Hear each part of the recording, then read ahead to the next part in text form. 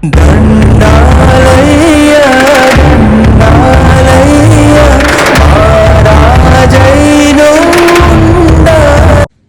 నాకు దండాలేం పెట్టక్కర్లా, ఇది నా బాధ్యత.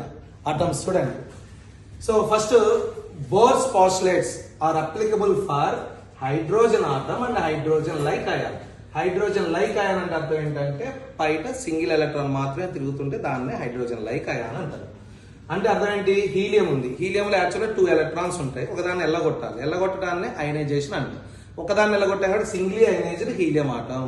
లిథియంలో 3 ఎలక్ట్రాన్లు ఉంటాయి, రెండింటిని ఎల్లగొట్టాలి, అప్పుడు డబ్ల్యూ అయనైజ్డ్. డబ్ల్యూ అయనైజ్డ్ అంటే 2 ఎలక్ట్రాన్లు పోయి 1 ఎలక్ట్రాన్ ఉంది. బెరీలియంలో యాక్చువల్గా 4 ఎలక్ట్రాన్ ఉంటే 3 ఎల్లగొట్టాలి, అంటే ట్రిపుల్ అయనైజ్డ్ బెరీలియం ఆటం. దీని అటామిక్ నెంబర్ 4 కదా, ఇక్కడ ట్రిపుల్ ఉండాలి. దీని అటామిక్ నెంబర్ 3, ఇక్కడ 2 ప్లస్లు ఉండాలి. ఇక్కడ దీని అటామిక్ నెంబర్ 2, 1 ప్లస్ ఉండాలి. వాటికి మాత్రమే బోర్స్ పాస్టులేట్స్ ఆర్ అప్లికబుల్. ఎందుకంటే మనకి 2020లో దీని మీద ఒక క్వశ్చన్ వచ్చింది. Bohr's postulates are not applicable for hydrogen atom, single ionized He plus అన్నాడు, La ప్లస్ ప్లస్ అన్నాడు, సోడియం అన్నాడు. ఆన్సర్ ఏంటి? సోడియం. ఎందుకంటే అది not applicable. What I can say, it is not hydrogen like ion కాబట్టి. Next రెండోది, Bohr అనగానే మనకు గుర్తు రావాల్సింది ఎస్పెషల్లీ MVR అంటే angular momentum is equal to NH/2π. So L is equal NH/2π. M అంటే మాస్ ఆఫ్ ఎలక్ట్రాన్, V అంటే velocity of electron, R అంటే radius of the orbit, in which electron is revolving, N అంటే integer or principal quantum number, H అంటే Planck's constant value ఎలాగో మీకు తెలుసు. Therefore we can observe that L is directly proportional to L. అంటే అర్థం ఏంటి? L doesn't depend upon Z, like radius కానీ energy కానీ Z మీద కూడా డిపెండ్ అవుతుంది, అంటే ఆటం మీద కూడా డిపెండ్ అవుతాయి. బట్ L మాత్రం Z మీద డిపెండ్ కాదు. అంటే ఫస్ట్ ఆర్బిట్ ఆఫ్ హైడ్రోజన్ ఆటంలో యాంగులర్ మూమెంట్ ఎంత ఉంటుందో first orbit of lithium plus plus లో కూడా అంతే యాంగులర్ మూమెంట్ ఉంటుంది. That only depends upon N. Therefore L is directly proportional to N and L1/L2 can be written as N1/N2. Then radius of the orbit is given by the expression 0.53 into n²/z. Practice చేయండి, అక్కడ పోతే z/n² అవుతుంది. అందుకని R is equal to 0.53 n²/z. ఎందుకు? n పైన ఉండాలి, పైకి పోతా ఉంటే ఆర్బిట్ పెరుగుతా ఉంటే దూరం పెరుగుతుంటది కదా, అంటే రేడియస్ పెరగాలి కదా, అంటే అది పైన ఉండాలి. అట్లా గుర్తు పెట్టుకోండి. n²/z angstrom. ఆంగ్స్ట్రామ్ అంటే 10⁻⁻10 మీటర్. సో హైడ్రోజన్ ఆటం తీసుకున్నాం, ఫస్ట్ ఆర్బిట్ తీసుకున్నాం అనుకోండి. హైడ్రోజన్ ఆటం అంటే Z1, ఫస్ట్ ఆర్బిట్ అంటే N1. అప్పుడు R is equal to 0.53 angstrom Bohr's radius అంటారు. అయితే ఇక్కడ జనరల్ గా ఏం అడుగుతారంటే అబ్జల్యూట్ అడిగాడు అనుకోండి, ఈ ఫార్ములా యూజ్ చేయండి. అంటే ఫస్ట్ ఆర్బిట్ ఆఫ్ హైడ్రోజన్ అడగచ్చు, third orbit of lithium plus plus అడగచ్చు. Third orbit of lithium plus plus అన్నాడంటే N బదులు 3 పెట్టాలి, Z బదులు 3 పెట్టి అప్పుడు R ఎంత వస్తుందో అది సబ్స్టిట్యూట్ చేయాలి.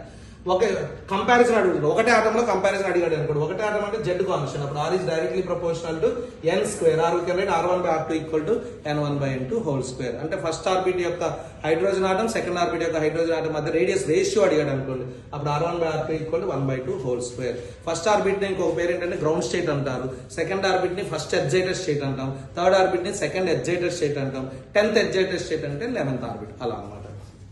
ఇకపోతే energy of electron is given by the formula -13.6 Z²/n². ఇందాక n² పైన వచ్చింది, ఇక్కడ n² కింద రావాలి. Of course Z². ఇది కూడా 2023-22 నీటిలో వచ్చింది, తప్పు చేసి వచ్చారు, అటు దిక్కు ఇటు మార్చారు. సో ఈజ్ కూడా -13 ఎలక్ట్రాన్ వోల్ట్. యాక్చువల్ ఎనర్జీ యొక్క SI unit joule. 1 electron volt is nothing but, ఇది కూడా అడిగారు 2020 నీటిలో, 1 electron volt is equal to 1.6 into 10⁻⁻19 joule. ఒక కిలోవాట్ అవర్ కూడా అడిగారు నెక్స్ట్ ఇయర్ లో. 1 కిలోవాట్ అవర్, కిలో అంటే 1000, అవర్ అంటే 3600 సెకండ్, అంటే 36 into 10⁵ జౌల్స్. పక్కన పెడదాం. సో ఇన్నే గివెన్ ఆటం అంటే మళ్ళీ Z కాన్స్టెంట్, అప్పుడు E is inversely proportional to n². E1/E2 is equal to N2/N1 whole square. ఇది కూడా కంపారిజన్ అడుగుతున్నాను అనమాట.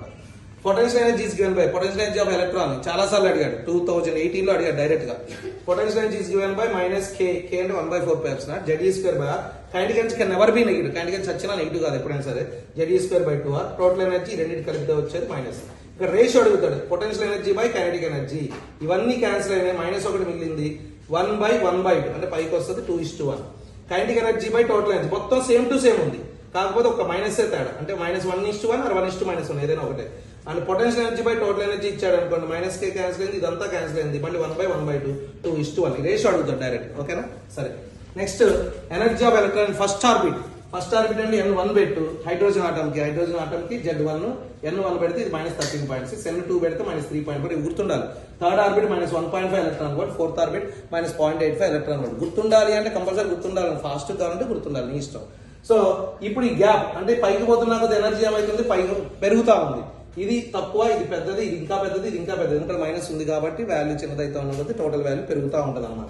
అందుకనే higher orbits are known as higher energy levels, lower orbits are known as lower energy levels. When electron jumps from higher energy level to lower, అంటే higher orbit to lower orbit, తక్కువ ఉంది కాబట్టి lower లో, extra ఉంది కాబట్టి దానికి energy is release. కింద నుంచి పైకి పోవాలంటే నువ్వు ఎనర్జీ ఇవ్వాలి, అంటే ఎనర్జీ అబ్జర్వ్ చేసుకుని పైకి పోతుంది. సో వీళ్ళిద్దరి మధ్య గ్యాప్ 10.2 ఎలక్ట్రాన్ వోల్ట్, వీళ్ళిద్దరి మధ్య 1.9, వీళ్ళిద్దరి మధ్య అంటే చూడండి గ్యాప్ ఫస్ట్ ఎక్కువ ఉంది, దాని తర్వాత తక్కువ ఉంది, ఇంకా తక్కువ ఉంది. అంటే పైకి పోతున్నా కొద్ది ఎనర్జీ గ్యాప్ ఏమవుతుంది అన్నాడు అనుకోండి, తగ్గుతా ఉంటది. పైకి పోతున్నా కదా అంటే ఆర్బిట్ నెంబర్ పెరుగుతున్నా కొద్ది ఎనర్జీ ఏమవుతుంది అన్నాడు అనుకోండి, ఎనర్జీ పెరుగుతూ ఉంటది. సో ఎప్పుడైతే ఎలక్ట్రాన్ అనేది ఇక్కడ నుంచి ఇక్కడ జంప్ అయిందో ఇంత ఎనర్జీ రిలీజ్ అవుతుంది. బయటకి ఎనర్జీ రిలీజ్ అయిందంటే అది జనరల్ గా లైట్ ఫామ్ లో ఉంటుంది. లైట్ అంటే formula is equal to hc/λ. అంటే దూకేది ఎలక్ట్రాన్, బయటకు వచ్చేది లైట్. లైట్ అంటే photon, energy packet. Photon is energy packet కూడా. సో దూకేది ఎలక్ట్రాన్, బయటకు వచ్చేది ఫోటాన్. అప్పుడు ఫార్ములా ఏంటంటే 1/λ is equal to rz² into 1/n1² minus 1/n2². ఒక హైడ్రోజన్ ఆటం ఇస్తే Z1 కాబట్టి 1/λ is equal to r into 1/n1² minus 1/n2². Number of spectral lines అడుగుతాడు. Direct formula n into n minus 1/2. అంటే ఒక electron ground state నుంచి fifth orbit కి ఎలా కొట్టా అంటే ఎనర్జీ ఇచ్చాను, అబ్జర్వ్ చేసుకుని పైకి వచ్చి ఫిఫ్త్ కి, మళ్ళీ ఫిఫ్త్ నుంచి కింద పడుతుంది. చూడండి ఎన్ని ఛాన్సెస్ ఉన్నాయి, దాన్ని నెంబర్ ఆఫ్ స్పెక్ట్రల్ లైన్స్ అంటారు. 5 to 4, 5 to 3, 5 to 2, 5 to 1. ఇంకా ఉన్నాయి కదా, 4 నుంచి కూడా వస్తుంది కదా, 4 to 3, 4 to 2, 4 to 1. మళ్ళీ 3 నుంచి వస్తుంది, 3 to 2, 3 to 1. మళ్ళీ 2 నుంచి వస్తుంది, 2 to 1. ఇక లేవు. మొత్తం ఎన్ని స్పెక్ట్రల్ లైన్స్? 10 spectral lines. అప్పుడు n బదులు 5 పెడితే 5 into 5 minus 1/2, that is nothing but 10 spectral lines. అందరికంటే తక్కువ ఎనర్జీ ఎవరు? 5 to 4 అనేవాడు తక్కువ ఎనర్జీ. అన్నిటికంటే ఎక్కువ ఎనర్జీ ఎవరు? 5 to 1 అనేవాడు ఎక్కువ ఎనర్జీ. అలా గ్యాప్ ఇస్తాడు నెంబర్ ఆఫ్ స్పెక్ట్రల్ లైన్స్. ఇక స్పెక్ట్రల్ సిరీస్ హైడ్రోజన్ ఆటంకి తీసుకున్నాను. లైమన్ సిరీస్ అంటే inner orbit 1, lower orbit 1, hire orbit 2 కావచ్చు, 3 కావచ్చు, 4 కావచ్చు, 2 to 1, 3 to 1, 4 to 1, infinity to 1, infinity last to 1. అదే బామన్ అయితే సెకండ్ కి పడాలి. ఇన్నర్ ఆర్బిట్ 2, మిగతా 3, 4, 5, 6. ప్యాషన్ అయితే లోవర్ ఆర్బిట్ 3, మిగతా 4, 5, 6. బ్రాకెట్ అయితే లోవర్ ఆర్బిట్ 4, మిగతా 5, 6, 7, ఇన్ఫినిటీ. పీ ఫండ్ అయితే లోవర్ ఆర్బిట్ 5, మిగతా 6. సో ఇది చూద్దాం. దీన్ని ఏమంటారంటే ఫస్ట్ లైన్ అంటారు, దీన్ని లాస్ట్ లైన్ అంటారు, దీన్ని సెకండ్ లైన్ అంటారు. ఫస్ట్ లైన్ అంటే ఇది ఎనర్జీ గ్యాప్. ఈ ఎనర్జీ గ్యాప్ ఎంత ఉందో అది రిలీజ్ అవుతుంది. ఇన్ఫినిటీ టు 1, ఇదేమో ఎక్కువ ఉంది, ఇది తక్కువ ఉంది కాబట్టి దీన్ని మినిమం ఎనర్జీ అనొచ్చు. ఇది కూడా hc/λ కాబట్టి ఎనర్జీ మినిమం అంటే వేవ్ లెంత్ మాక్సిమం. కాబట్టి దీన్ని ఫస్ట్ లైన్ అన్నా లేదా మినిమం ఎనర్జీ అన్నా మాక్సిమం వేవ్ లెంత్ అన్నా ఫస్ట్ లైన్ అంది. ఇది వచ్చేసి లాస్ట్ లైన్ అన్నా లిమిటింగ్ లైన్ అన్నా మాక్సిమం ఎనర్జీ అన్నా మినిమం వేవ్ లెంత్ అన్నా ఒకటే. అప్పుడు ఎగ్జాంపుల్ లైన్ చేశాను. 1/λ is equal to 2 to 1 first line, r into 1/1² minus 1/2². That is r into 1 minus 1/4, 3r/4. పొరపాటున ఇక్కడ 2 ఇక్కడ 1 వేసారు అనుకోండి, అప్పుడు ఏమవుతుంది? మైనస్ 3/r/4 వస్తుంది. ఈ మైనస్ ఉంటుంది కదా, ఇట్లా అంటే ప్లస్ అయిపోతుంది, నో ప్రాబ్లం. దాన్ని మళ్ళీ ఏం ఆలోచించండి. 3r/4 తిరగేస్తే λ ఈక్వల్ 4/3r అంటే 4/3 into 1/r. 1/r వాల్యూ ఎంత అంటే రిబర్ కాన్స్టెంట్ 912 ఆంస్ట్రామ్స్.